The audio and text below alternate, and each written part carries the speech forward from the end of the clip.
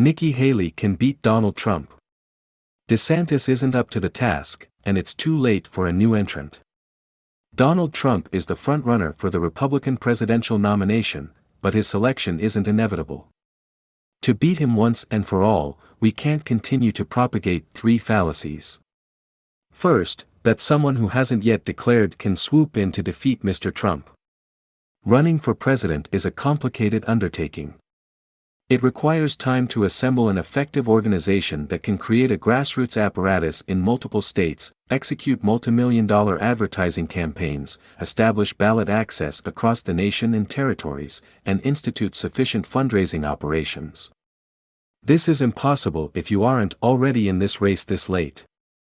Second, that donors, influencers, elected officials and candidates can wait to consolidate. A candidate needs the resources and momentum now to establish a strong position in Iowa and New Hampshire. The party can't wait until next year to counter the narrative that Mr. Trump is invincible. That progress, and significant investment, needs to be made this autumn if a candidate is to have a fighting chance on Super Tuesday. Third, that Ron DeSantis can rise from the ashes and beat Mr. Trump. The prevailing narrative has been that the Florida governor is the only person suited for the job.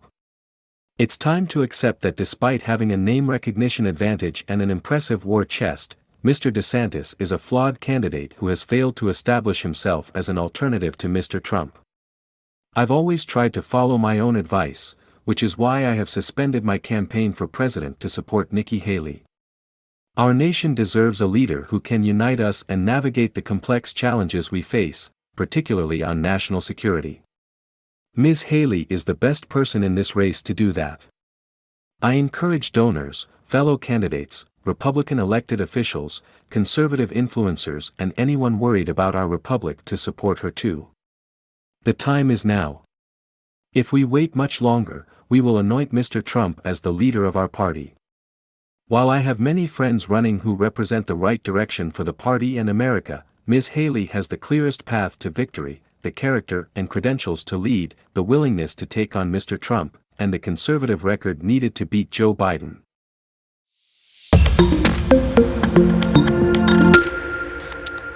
Nikki Haley can beat Donald Trump. DeSantis isn't up to the task, and it's too late for a new entrant. Donald Trump is the frontrunner for the Republican presidential nomination, but his selection isn't inevitable. To beat him once and for all, we can't continue to propagate three fallacies.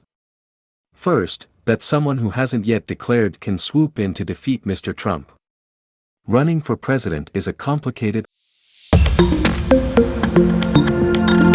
Vivek Ramaswamy is confused.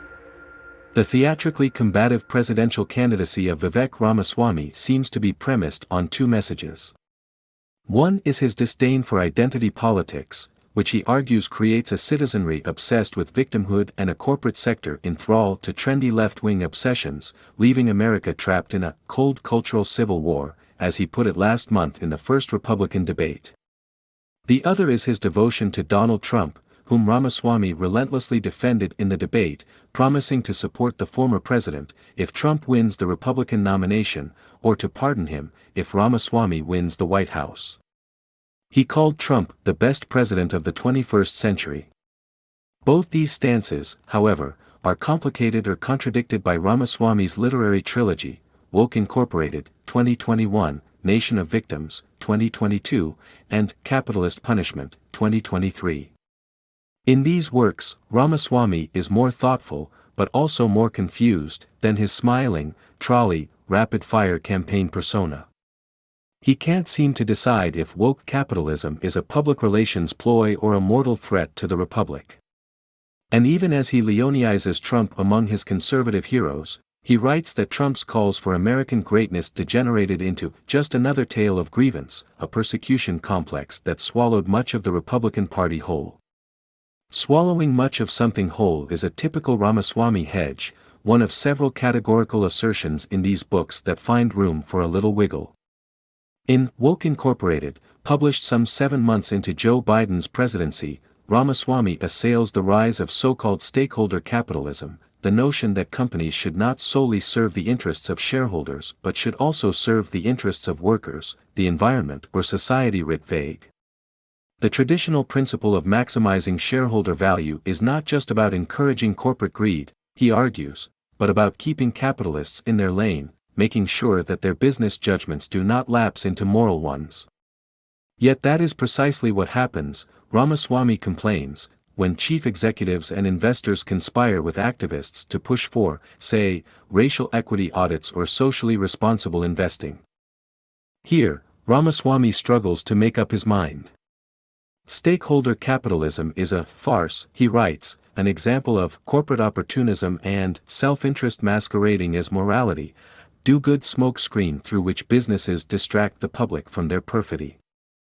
The social causes simply serve as a form of reputational laundering for those same companies' profit-seeking, Ramaswamy maintains, with businesses performatively one-upping each other to show that they're the good guys. But if the whole thing is just a lucrative PR scam, then it is hard to see how it is also the greatest long-run threat of all to American democracy itself, as Ramaswamy warns readers. On one page, businesses are pushing radical agendas and imposing their elite progressive values on our democratic process. On another, they are just feigning wokeness to win favor with consumers, pretending to care about justice in order to make money. So, is stakeholder capitalism a punch in the mouth to our nation's principles or just lip service to justice? In Ramaswamy's writing, the answer is never quite clear. Even when he is certain that something nefarious is underway, Ramaswamy doesn't seem quite sure who the bad guys are. He warns that Facebook and Google have effectively assumed the role of the state itself, censoring public discourse under the guise of fighting hate speech and misinformation. The rise of wokenomics consummates Silicon Valley's coup over our democracy, he writes ominously. Yet just a few pages later, readers learn that it is Congress that has co-opted Silicon Valley to restrict speech for its own purposes. So, is the tech industry the puppet or the master? Consistency seems irrelevant to Ramaswamy's scattershot populism. In Woke Incorporated there are enough culprits to satisfy everyone. Ramaswamy can be hazy about his own basic tenets. I don't believe in systemic racism, he declares in the third chapter of Woke Incorporated. Yet in chapter 14, he acknowledges its reality. My problem with woke complaints about systemic racism isn't that it doesn't exist, he writes. It's that too often it's used as a vague, judgmental catch-all phrase for all of America's woes. An author's views can evolve over time, of course, and a politician's are almost required to do so. It is less common to see them contradicted across the pages of the same book.